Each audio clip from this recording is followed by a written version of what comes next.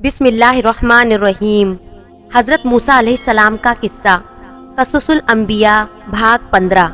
हज़रत यूसुफ अलैहिस्सलाम के किस्से में बनी इसराइल का जिक्र सिर्फ इसी कदर किया गया था कि हज़रत याकूब अलैहिस्सलाम और उनका खानदान हज़रत यूसुफ अलैहिस्सलाम से मिलने मिस्र में आए, मगर उसके सदियों बाद फिर एक बार कुरान करीम बनी इसराइल के वाक़ये तफसील के साथ सुनाता है, जिनमें मालूम होता है कि बनी इसराइल हज़रत यूसुफ अलैहिस्सलाम के ज़माने में मिस्र ही में बस गए थे।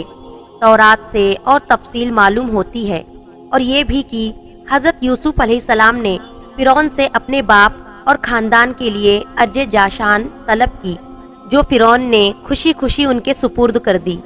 बहरहाल इन तफसीलों से ये बात साफ़ हो जाती है कि बनी इसराइल हज़रत यूसुफ अलैहिस्सलाम और हज़रत मूसा अलैहिस्सलाम की दरमियानी सदियों में मिस्र में आबाद रहे, और उनकी तादाद लगभग 6 लाख हो गई थी। नेशनल ज्योग्राफी जनवरी 1078 ईस्वी के मुताबिक ये 600 खानदान यानी 15,000 लोगों से कुछ कम ही हो सकते हैं। शुरू ही में ये साफ कर देना ज़रूरी है कि फ़िरौन मिस्र के बादशाहों का लक़ब है, किसी खास हुक्मरों या बादशाह का नाम नहीं है। तारीखी एतबार से 3000 साल कब्ल मसीह से शुरू होकर सिकंदर आज़म के ज़माने तक फ़िरौनों के 31 खानदान मिस्र पर हुक्मरां रहे हैं। हज़रत मूसा अलैहिस्सलाम के ज़माने में मिस्र का हुक्मरान फ़िरौन कौन था और उसका क्या नाम था, यकीन के साथ नहीं कहा जा सकता, इसलिए यहाँ फ़िरौन को उस वक्त के मिस्र का हुक्मरां समझा जाए। तौरात में है और तारीख के माहिर भी कहते हैं कि फ़िरौन को बनी इसराइल के साथ इसलिए दुश्मनी हो गई थी कि उस ज़माने के काहिनों, नजूमियों और कयाफगरों ने उसको बताया था कि उसकी हुकूमत का जवाल एक इसराइली लड़के के हाथ से होगा। और कुछ तारीखी रिवायतों में है कि फ़िरौन ने एक भयानक ख्वाब देखा था, जिसकी ताबीर दरबार के नजूमियों और काहिनों ने वही दी थी, जिसका जिक्र गुजर चुका है। इस पर फ़िरौन ने एक जमात को इसलिए मुकर्रर किया कि वो तफ्तीश और तलाश के साथ इसराइली लड़के को कत्ल कर दे और लड़कियों को छोड़ दिया करे।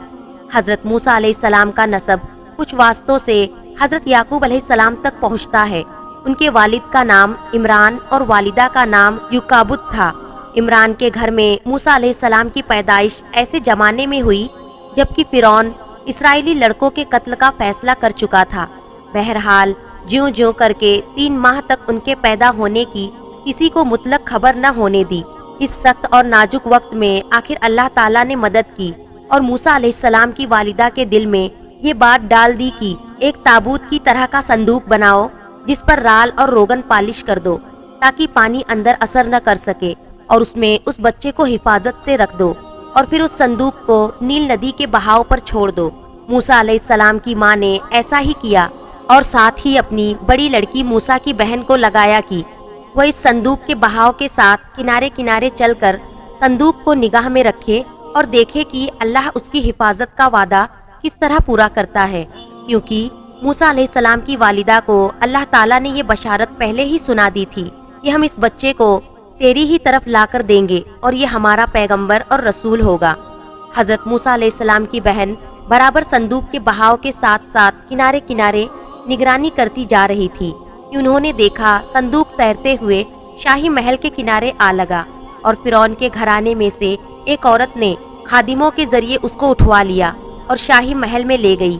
हज़रत मूसा अलैहिस्सलाम की हमशीरा बहन ये देखकर बहुत खुश हुई और हालात की सही तफसील मालूम करने के लिए शाही महल की नौकरानियों में शामिल हो गई।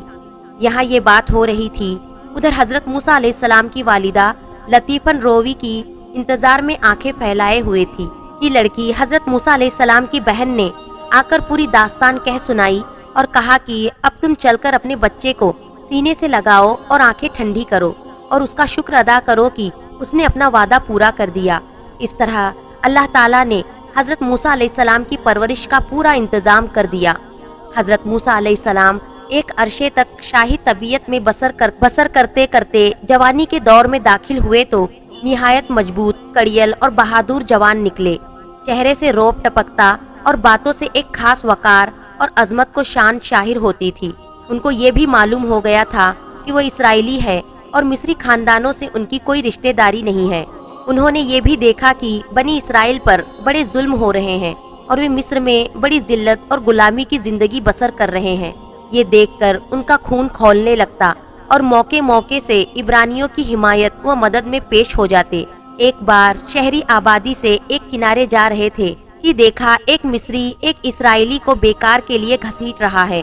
اسرائیلی نے موسیٰ علیہ السلام کو دیکھا تو لگا فریاد کرنے اور مدد چاہنے۔ حضرت موسیٰ علیہ السلام کو مصری کی اس جابرانہ حرکت پر سخت غصہ آیا اور اس کو باز رکھنے کی کوشش کی، مگر مصری نہ مانا۔ موسیٰ علیہ السلام نے غصے میں آ کر ایک تماچا رسید کر دیا۔ مصری اس مار کو سہ نہ سکا اور اسی وقت مر گیا۔ حضرت موسیٰ علیہ السلام نے یہ دیکھا تو بہت افسوس کیا، کیونکہ ان کا ارادہ بالکل اس کے قتل کا نہ تھا، اور ندامت و شرمندگی کے ساتھ دل میں کہنے لگے کہ بے شک یہ شیطان کا کام ہے، وہی انسان کو غلط راستے پر لگاتا ہے، اور اللہ کی بارگاہ میں عرض کرنے لگے کہ یہ جو کچھ ہوا انجانے میں ہوا، میں تجھ سے معافی چاہتا ہوں۔ اللہ نے بھی ان کی غلطی کو معاف کر دیا اور مغفرت کی بشارت سے نوازا۔ ادھر شہر میں مصری کے قتل کی خبر پھیل گئی، مگر قاتل کا کچھ پتہ نہ چلا۔ آخر فرعون کے پاس مدد طلب کی کہ یہ کام کسی اسرائیلی کا ہے، اس لیے آپ مدد فرمائیں۔ فرعون نے کہا کہ اس طرح ساری قوم سے بدلہ نہیں لیا جا سکتا، تم قاتل کا پتہ لگاؤ، میں اس کو ضرور پوری سزا دوں گا۔ برا اتفاق کہیے یا اچھا اتفاق کہ دوسرے دن بھی حضرت موسیٰ علیہ السلام شہر کے کنارے پر سیر فرما رہے تھے کہ دیکھا وہی اسرائیلی ایک قبطی سے جھگڑ رہا ہے اور قبطی غالب ہے۔ حضرت موسیٰ علیہ السلام کو دیکھ کر کل کی طرح اس نے آج بھی فریاد کی اور مدد چاہی۔ اس واقعے کو دیکھ کر حضرت موسیٰ علیہ السلام نے دوہری ناگواری محسوس کی۔ ایک طرف قبطی کا ظلم تھا اور دوسری طرف اسرائیلی کا شور اور پچھلے واقعے کی بھی یاد تھی۔ اسی جھجلاہٹ میں ایک طرف مصری کو باز رکھنے کے لیے ہاتھ بڑھایا اور ساتھ ہی اسرائیلی کو جھڑکتے ہوئے فرمایا، تو ہی بے شک کھلا ہوا گمراہ ہے، یعنی خوام خواہی جھگڑا مول لے کر داد و فریاد کرتا رہتا ہے۔ اسرائیلی نے حضرت موسیٰ علیہ السلام کو ہاتھ بڑھاتے اور پھر اپنے مطابق ناگوار اور کڑوے الفاظ کہتے سنا تو یہ مجھ کو مارنے کے لیے ہاتھ بڑھا رہے ہیں اور مجھ کو پکڑ میں لینا چاہتے ہیں۔ اس لیے شرح بھرے انداز میں کہنے لگا۔ ترجمہ: جس طرح کل تو نے ایک جان قبطی کو ہلاک کیا، اسی طرح آپ مجھ کو قتل کر دینا چاہتا ہے۔ مصری نے جب یہ سنا تو اس وقت فرعونیوں سے جا کر ساری داستان کہہ سنائی۔ انہوں نے فرعون کو اطلاع دی کہ مصری کا قاتل موسیٰ ہے۔ فرعون نے یہ سنا تو جلاد کو حکم دیا کہ حضرت موسیٰ علیہ السلام کو گرفتار کر حاضر کرے۔ مصریوں کے اس مجمع میں سے ایک معجد شہری وہ بھی تھا جو دل و جان سے حضرت موسیٰ علیہ السلام سے محبت رکھتا اور اسرائیلی مذہب کو جانتا تھا۔ یہ فرعون ہی کے خاندان کا آدمی تھا اور دربار میں حاضر تھا۔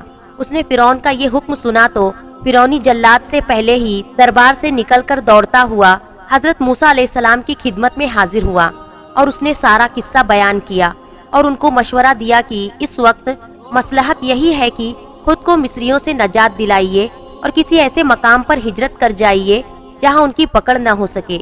حضرت موسیٰ علیہ السلام نے اس کے مشورے کو قبول فرمایا اور ارض مدین کی طرف خاموشی کے ساتھ روانہ ہو گئے۔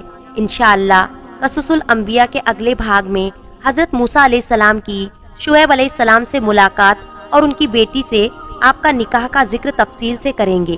آپ حضرات سے التجا ہے اسے زیادہ سے زیادہ شیئر کریں اور میرے چینل کو ضرور سبسکرائب کریں اور کمنٹ میں اللہ اکبر ضرور لکھیں۔